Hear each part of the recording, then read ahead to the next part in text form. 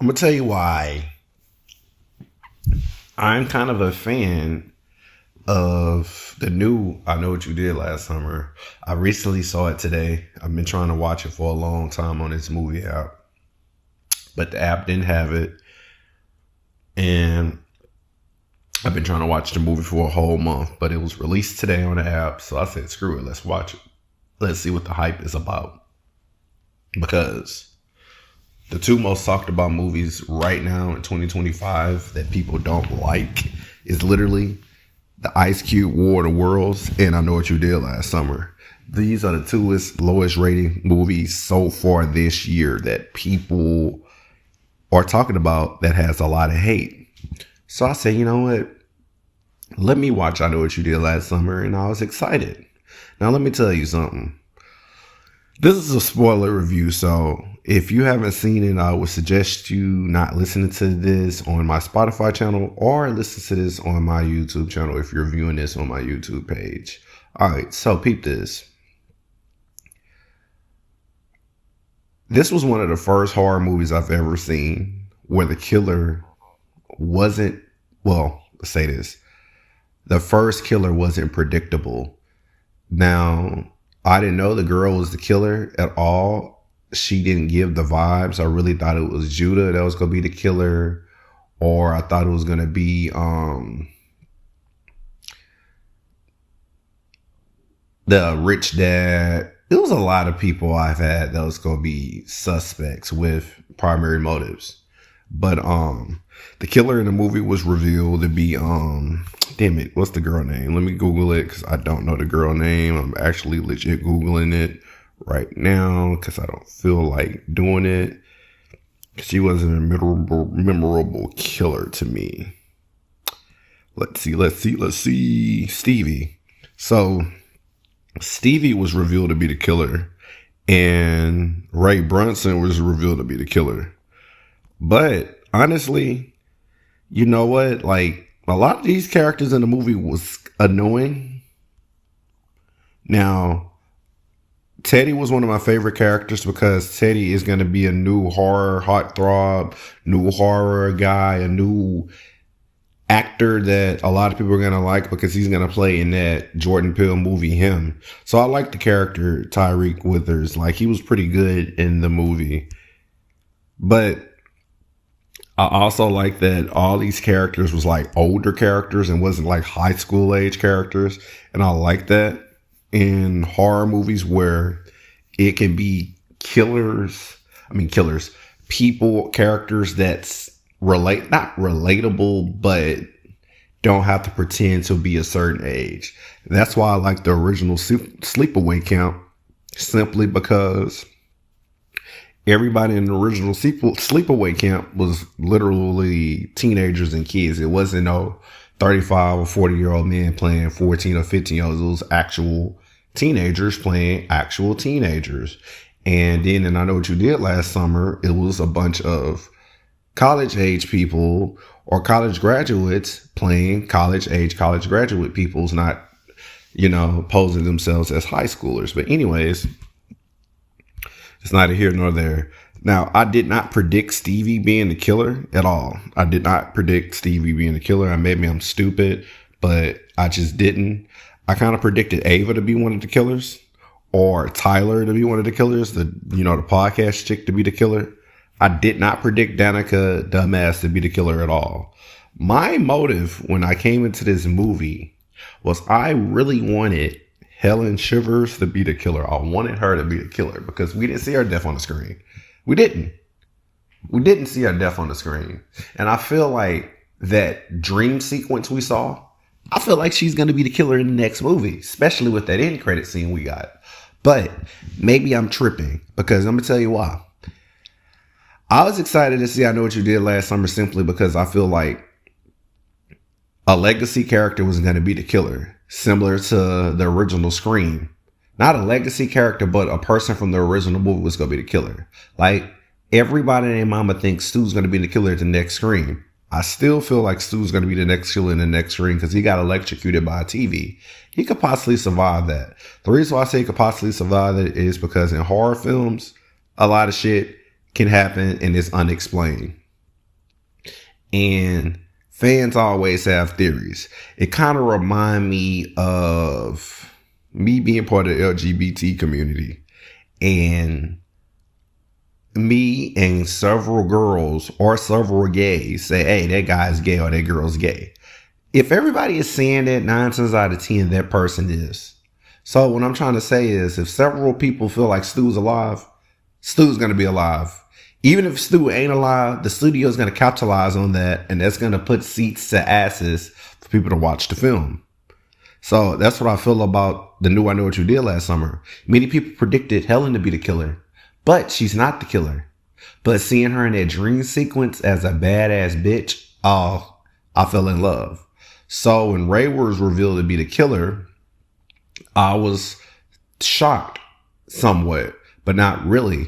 Because when Ray said something in the movie saying him and Julie divorced, unfortunately, I kind of felt that. I felt that vibe from them, because it's like, okay, Ray's going to be the killer. Ray's going to be the killer. And I think like Judah was part of the killing. I don't know. Don't give a shit. Judah would have been a good killer. Judah should have, to me, what I would have did if it was up to me, if I directed it, I would have felt like Judah would have been a descendant of Ben Willis. Somebody in Ben Willis' family should be literally the killer. Somebody that's related to Ben, although Ben's son was in the movie but as the killer in the second one. But it would be pretty dope if we can go to Sawyer family route or the Hewitt family route in Texas Chainsaw Massacre, where everybody's the fucking killer, or somebody that's close to them that's the killer. And who knows? It's a horror movie. Horror don't have any rules anymore. Mrs. Voorhees was the original killer in Friday the 13th, and then Jason became the killer. Then in the series, I hear rumblings and rumors that Jason's dad was the killer or something. I don't know. Who gives a shit? But a family full of killers is a very, very, very recurring theme in horror movies, or a cult of killers led by a leader. So I wouldn't mind having that element added to this And I Know What You Did Last Summer. Because again, this movie is not worse than I Always Know What You Did Last Summer. That movie totally sucked dog ass. That movie fucking was dog shit. But I like the fact that we had somebody we felt like that was the killer in the first 2 movies, or a person that was originally supposed to be the killer in like Reddit threads or Craigslist, whatever the fuck we used to have back in the 90s, where they always wanted, Ray to be the killer, or they thought Ray was going to be the killer in AOL chat rooms and shit. So when people found out Ray was the killer, a lot of people was pissed. And I'm going to tell you something. I'm a huge professional wrestling fan, and I'm a huge horror fan, and I'm a huge superhero movie fan. 3 things that superhero movies, horror movies, and WWE and professional wrestling in general have in common. A fan base.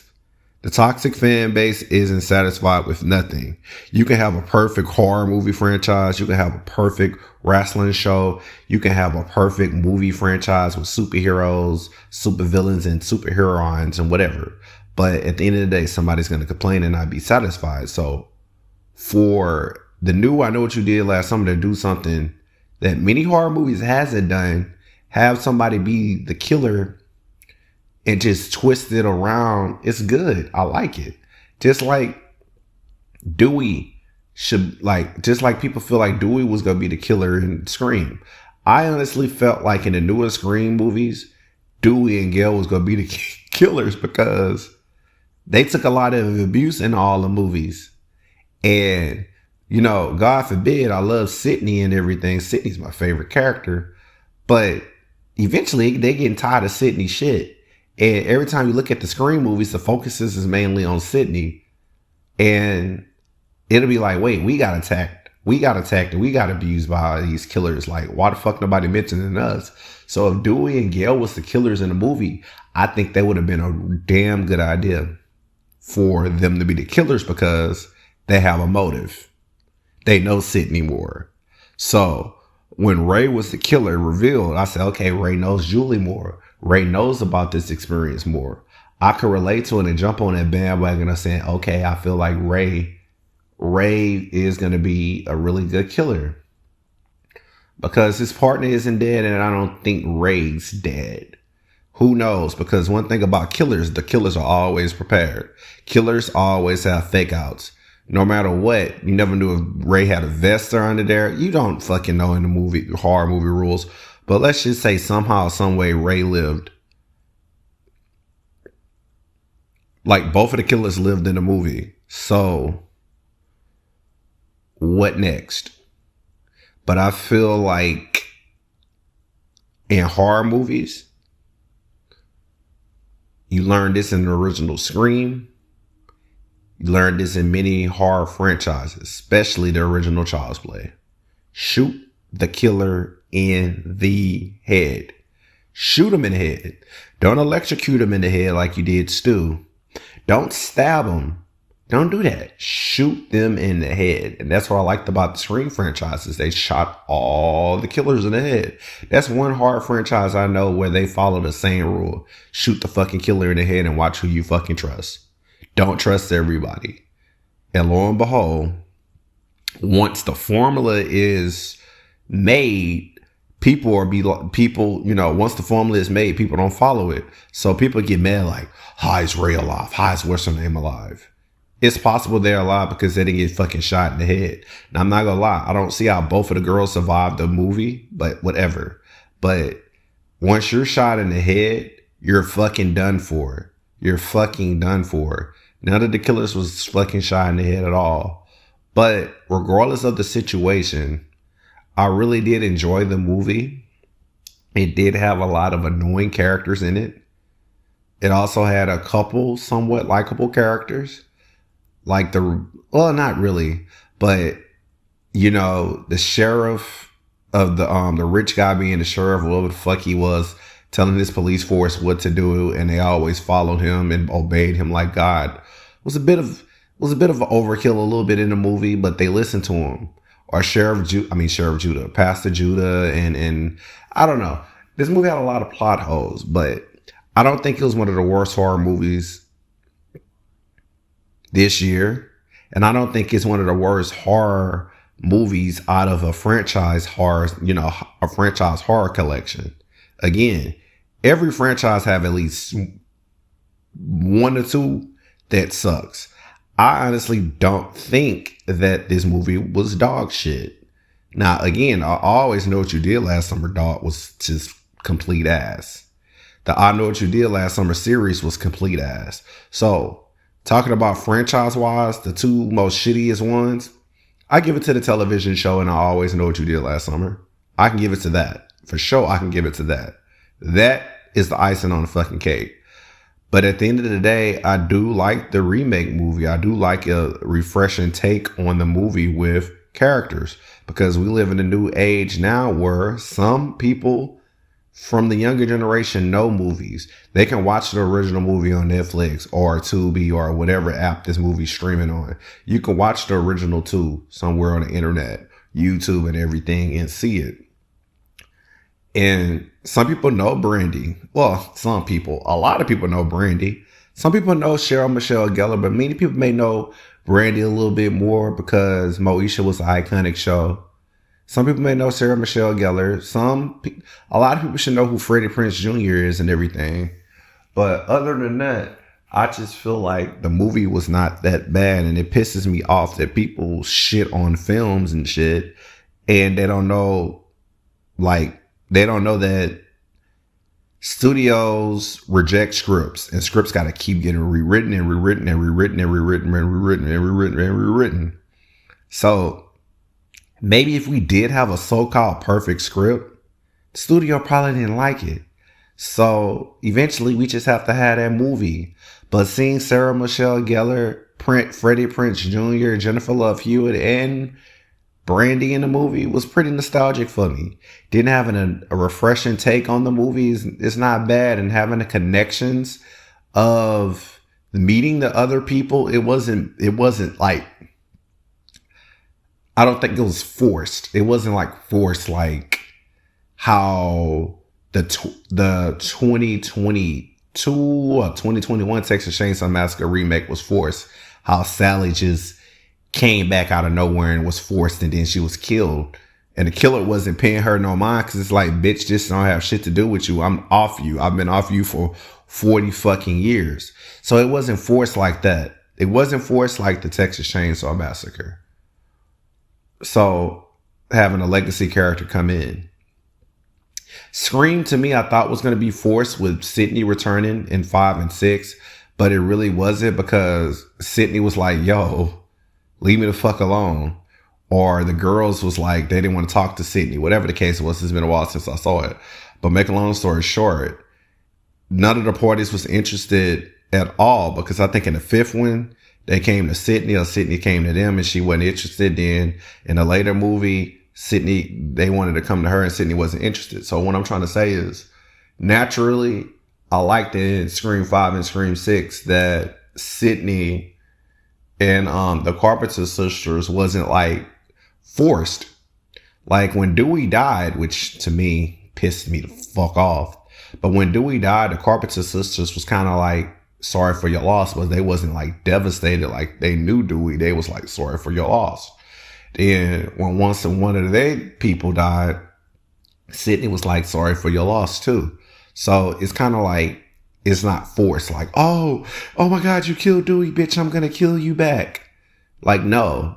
Then when the killer revealed themselves about Dewey and then revealed themselves about the friends, and Sydney and the Carpenter sisters joining forces was pretty dope because it was natural. So I feel like, and I Know What You Did Last Summer, meeting up with Julie and meeting up with Ray, to me, was just a little bit natural. Although I do feel like Ray and the girl was like, I feel like those forced a little bit, because it's like, okay, when he said, I'm going to protect you no matter what, I felt that, okay, Ray has to be the killer, but I didn't predict the girl to be the killer. I predicted Ray. I predicted Ray, but I didn't predict the girl. I would have liked if another plot where if Ray was the killer and Helen was like not dead and they staged to death, and then Ray and Helen had a secret relationship and they wanted to kill Julie and get revenge on everybody that's close to her or some shit like that. That would have been a good plot. A little bit, but also think about it. Studios reject scripts.